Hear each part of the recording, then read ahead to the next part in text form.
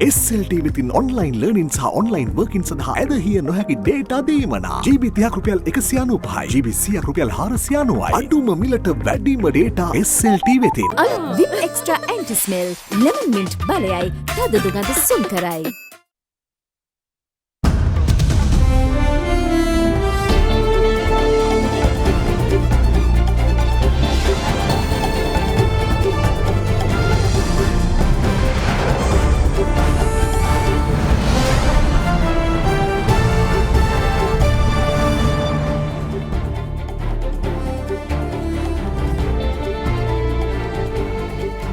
අයිබෝන් ඔබ මේ කොන්නේ අද දෙන මධ්‍යහන ප්‍රධාන පුවත් ප්‍රකාශය සමගින් ප්‍රථමයෙන් පුවත් සිරස්තල. ස්වභාවික සම්පත් රැක ගැනීමට සහ තිරසාර කළමනාකරණයට ශ්‍රී ලංකා රජය කැපවන බව ජනපති ලෝකනායකින් හමුවේ කියයි. ප්‍රදේශ රැස්සක අදත් මද්‍රව්‍ය වැටලි සූදු කෙලි ප්‍රාදේශීය මන්ත්‍රීවරයෙකු නවගත්තේ ගමදී අත්අඩංගුවට. මානව හිමිකම් සම්බන්ධ එක්සත් ජාතීන්ගේ වාර්තාවට ශ්‍රී ලංකාව ප්‍රතිචාර දක්වයි. විටෙක පිදුම් ලැබූ දොළුකන්ද අභාවයට යයි. අද අවසන් ගමන් යන සැවොම හිනැස්සූ ටෙනිසන්. ඇල්කොහොල් අඩංගු හෑන්ඩ් සැනිටයිසර් භාවිත කරන්න. ලෙඩ රෝග ඇති කරන විෂ බීජවලට එරෙහිව සටන් කරන්න. හඳුන්වා දීමේ මිල රුපියල් 350යි.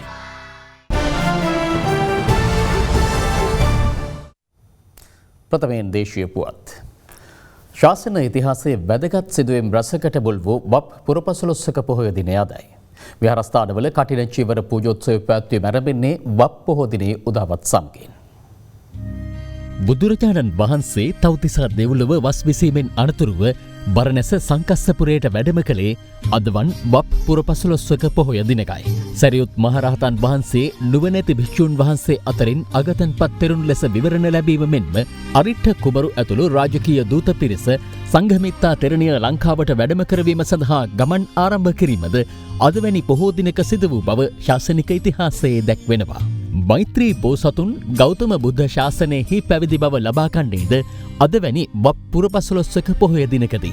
එබැවින්ම ඇසළ පොහොයෙන් වස් විසීම ආරම්භ කළ භික්ෂූන් වහන්සේ වස් පවාරණය කිරීමත් සමග කඨින චීවර මාසය ආරම්භ වීම සිදුවන්නේත් වප් පොහොය දිනේ. අද දවස පුරා ශ්‍රී ලංකා වාසී උවැසියන් පෙහෙවත් සමාදන් වන අතර බෞද්ධ සැදැහැවතුන් ආගමික ස්ථානවල ආගමික වතාවත්වල නිරත වනවා. මේ අතර FM දෙරණ අසපුව වප් පුරපසළොස්වක පොහෝදා සජීවී විකාශය සිදු කරනු ලබන්නේ රත්නපුර ඕපනායක අකරැල්ල ශ්‍රී සුදර්ශනාරාම විහාරස්ථානයේ සිටයි. අද උදෑසන සීල සමාදානය, අසපුව ධර්ම දේශනා, ධර්ම සාකච්ඡා හා ජයශ්‍රී මහා ආශිර්වාද පහන් පූජාවද මෙහිදී පැවැත්වීමට කටයුතු යොදා තිබෙනවා. FM දෙරණ අසපුව ස්වභාවික සම්පත් රැක ගැනීමට සහ තිරසාර කළමනාකරණයට ශ්‍රී ලංකා රාජ්‍ය කැපවන බව ජනාධිපති ගෝඨාභය රාජපක්ෂ මහතා පවසනවා. ජනාධිපතිවරයා මේ බව ප්‍රකාශ කළේ එක්සත් ජාතීන්ගේ ජෛව විවිධත්වය පිළිබඳ රාජ්‍ය නායක සමුළුව අමතමින්. එක්සත් ජාතීන්ගේ මහා මණ්ඩලයේ 75 වන සැසිවාරයට සමගාමීව ඇමරිකාවේ නිව්යෝක් නුවරදී සංවිධානය කළ ජෛව විවිධත්වය පිළිබඳ රාජ්‍ය නායක සමුළුව මෙරට වේලාවෙන් ඊයේ රාත්‍රී 7:30ට පමණ ජනාධිපති ගෝඨාභය රාජපක්ෂ මහතා වීඩියෝ තාක්ෂණය ඔස්සේ අමතනු ලැබුවා. The concepts of biodiversity must be at the very core of the 2030 Sustainable Development Agenda. Despite the rapid decline seen in biodiversity globally over the recent decades, Sri Lanka is deeply committed to uphold the overarching spirit of the Convention on Biodiversity. As a member of the Commonwealth of Nations, Sri Lanka endorsed the Commonwealth Blue Charter in 2018, and as such, we will champion the Commonwealth Blue Charter Action Group on mangrove ecosystems and livelihoods. Further, the Colombo Declaration on Sustainable Nitrogen Management was adopted last year. We as world leaders must better manage nitrogen, ensuring the sustenance of humankind. Sri Lanka is home to 2 UNESCO natural heritage sites, the Central Highlands and the Singaraja Rainforest Reserve. We are also proud of our 6 sites recognized under the Ramsar Convention on Wetlands. Sri Lanka firmly stands committed to protect and sustainably manage these natural assets that contributes to our unique and rich biodiversity.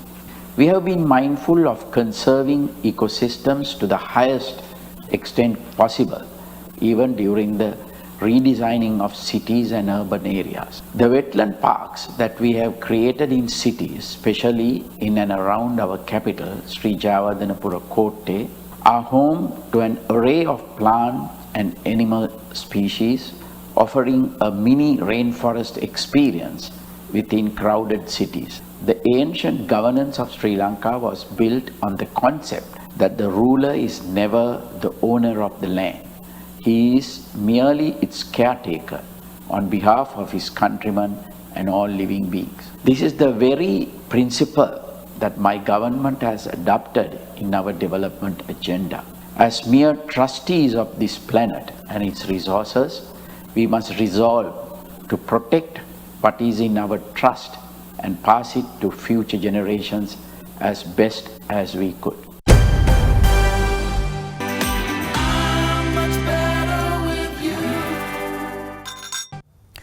මුදලට සූදු ක්‍රීඩාවේ නිරත වූ නවගත්තේගම ප්‍රාදේශීය සභාවේ පොදුජන පෙරමුණ නියෝජනය කරන මන්ත්‍රීවරයෙකු police අත්අඩංගුවට පත්ව තිබෙනවා. මන්ත්‍රීවරයා මීට පෙර අවස්ථා කිහිපයකදීම සූදු ක්‍රීඩාවේ නිරත වෙමින් සිටියදී අත්අඩංගුවට පත්ව ඇති බවයි පොලිසිය සඳහන් කළේ. මේ අතර ගත වූ පැය 24ක කාලය තුල ක්‍රියාත්මක කළ විශේෂ වැටලීම් වලින් මද්‍රව්‍ය සමග පුද්ගලයන් රැසක් පොලිස් අත්අඩංගුවට පත්ව තිබෙනවා.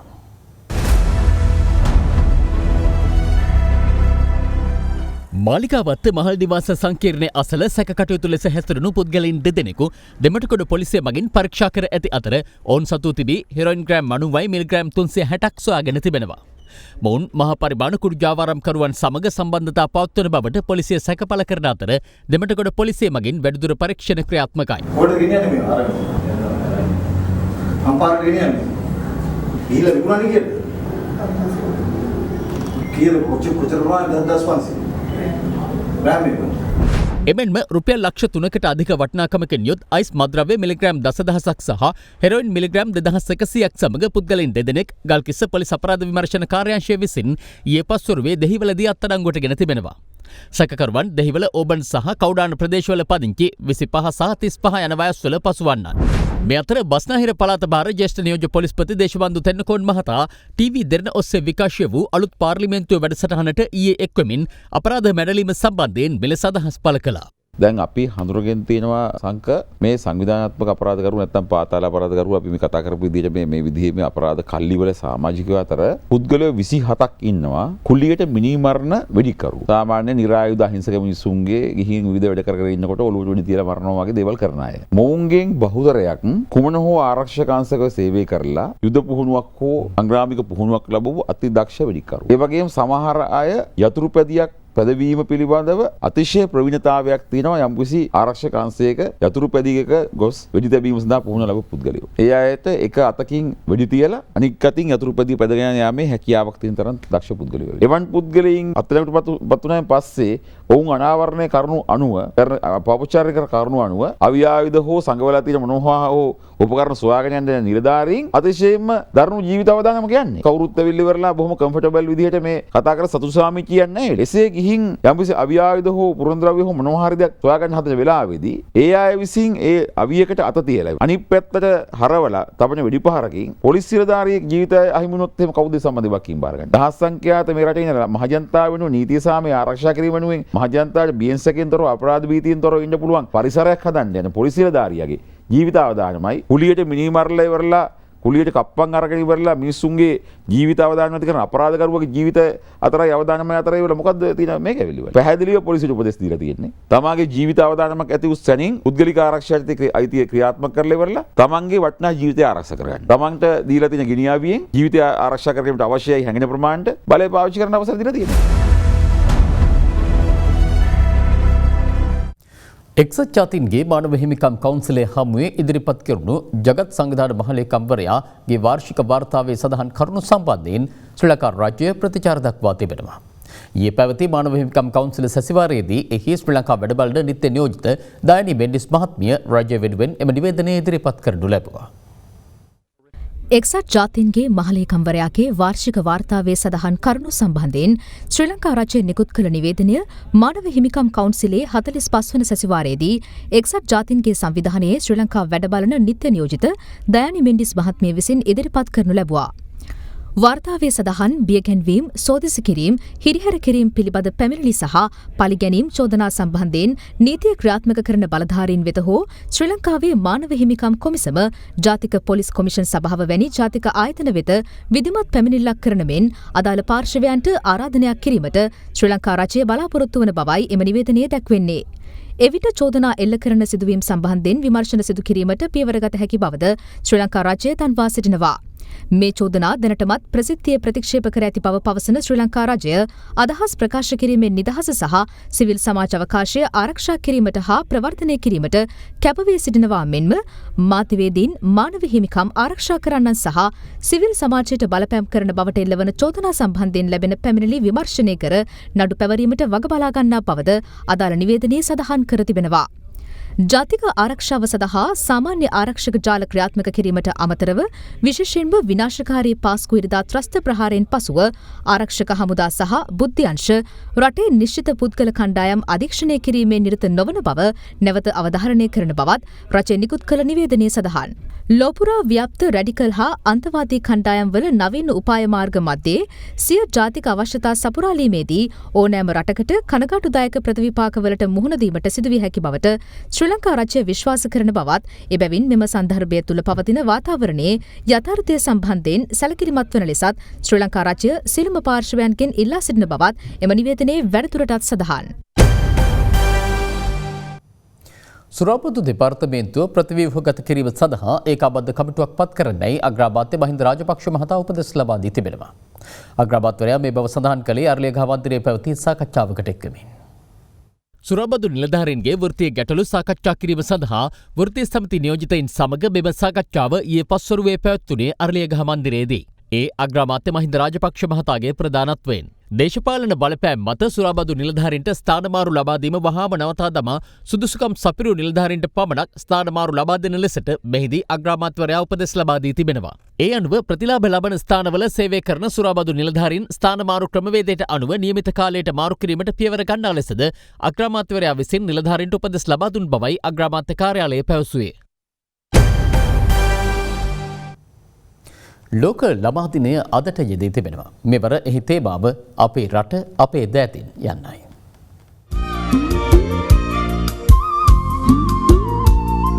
මල් කියන්නේ කාට කාට ළමයින්ටයි පාට පාට. ළමා අයිතීන් සුරකීම සියලුම මානව වර්ගයාගේ යුතුයකම ලෙස සලකමින් ලෝකයේ සියලුම රටවල ලෝක ළමා දිනය සමරනු ලබනවා. ලොව මුල්වරට ලෝක ළමා දිනය සමරන්නේ 1955 අද වැනි දිනකයි. මෙවර ලෝක ළමා දිනයේ තේමාව අපේ රට අපේ දෑතින් යන්නයි.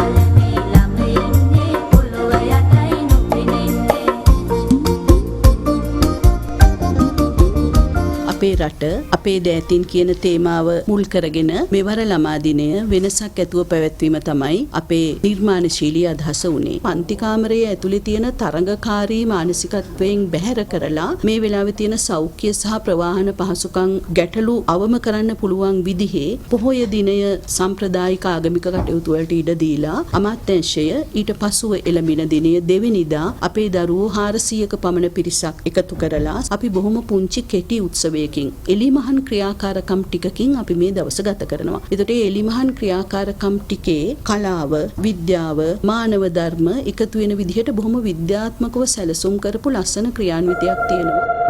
ජාත්‍යන්තර වැඩිහිටි දිනයද අදට යෙදී තිබෙනවා.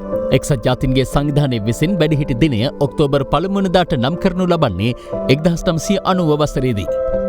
මෙවර එහි තේමාව වසංගත හමුවේ වැඩිහිටි අභියෝගය යන්නයි. වැඩිහිටි දින සැමරුම් උළෙල සෞඛ්‍ය අමාත්‍ය පවිත්‍රා වන්‍යාරච්චි මහත්මියගේ ප්‍රධානත්වයෙන් ශ්‍රී ලංකා පදනම් ආයතනයේදී පැවැත්වෙනවා.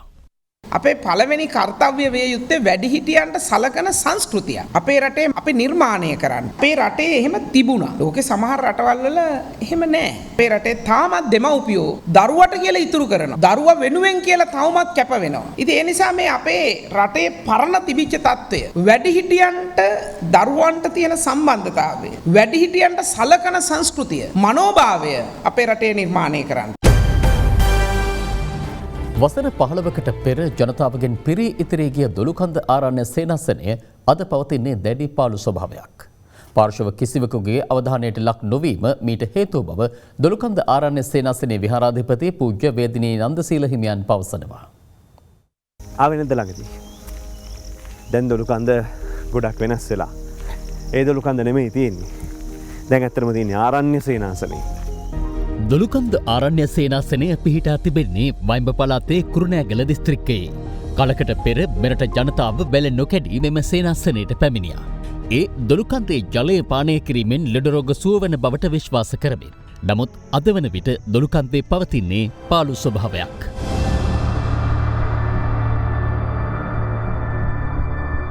මේ ස්ථානෙට දැන් එකපාරට මේ පිරිත් පැන් ගන්න ආපු විශාල පිරිසක් හිටියා. එකපාරටම මේ රැල්ලක් වගේ ආපු පිරිස එන්නේ නැතුව ගියේ මොකද හේතුව? ඉතින් දොළුකන්ද පිළිබඳව තමන්ගේ කනට ඇහුණ යමක් එහෙම නැත්නම් ජනමාධ්‍යෙන් දැනගන්න ලැබුණු යම් විකෘතියක්. ඒතර බොහන්සෙත් පිරිත් පැන් ලබා දීම කරනවද දැන්? නැහැ. ඒ වැඩපිළිවෙල අවසන් වෙලා දැන්ට අවුරුදු 15ක් පමණ වෙනවා. මේ ඉස්සර පිරිත් පැන් ලබා දීපු ස්ථානය ඒ ස්වාමීන් වහන්සේ වැඩ ඉඳලා තියෙන්නේ මෙතන. දැන් අද ඒ සියල්ල කැඩී බිඳිලා බවුල්ලු ලගින ගුහාවක් බවට පත් වෙලා. ඉතින් මේ පොකුණට එකතු වෙච්ච ජලය බොහොම පිරිසිදුව තිබුණා කියලා තමයි ඒ කාලේ නම් කියන්නේ. ඒවා තමයි පිරිත් පැන් ප්‍රස්ස පිරිත් කළ ලබා දීලා තියෙන්නේ. පහළ ආශිර්වාද සිද්ධ කළා තියෙන්නේ. කතාවට කියන්නේ දෛනික ආදායම මේ දවස්වල දැන් අවුරුදු 15කට ඉස්සෙල්ලා ලක්ෂ 40ක් කියලා. එහෙම තිබ්බ දොළුකන්ද තමයි අද මෙහෙම වෙලා තියෙන්නේ. මේ ආරණ්‍ය සේනාසනය වර්තමානයේ වෙන විට ශ්‍රී ලංකා රාමඤ්ඤ මහනිකායේ ශ්‍රී කල්යාණ යෝගාශ්‍රම සංස්ථාවට අයත් භික්ෂුන් වහන්සේලා වැඩ සිටින පුණ්‍ය භූමියක්.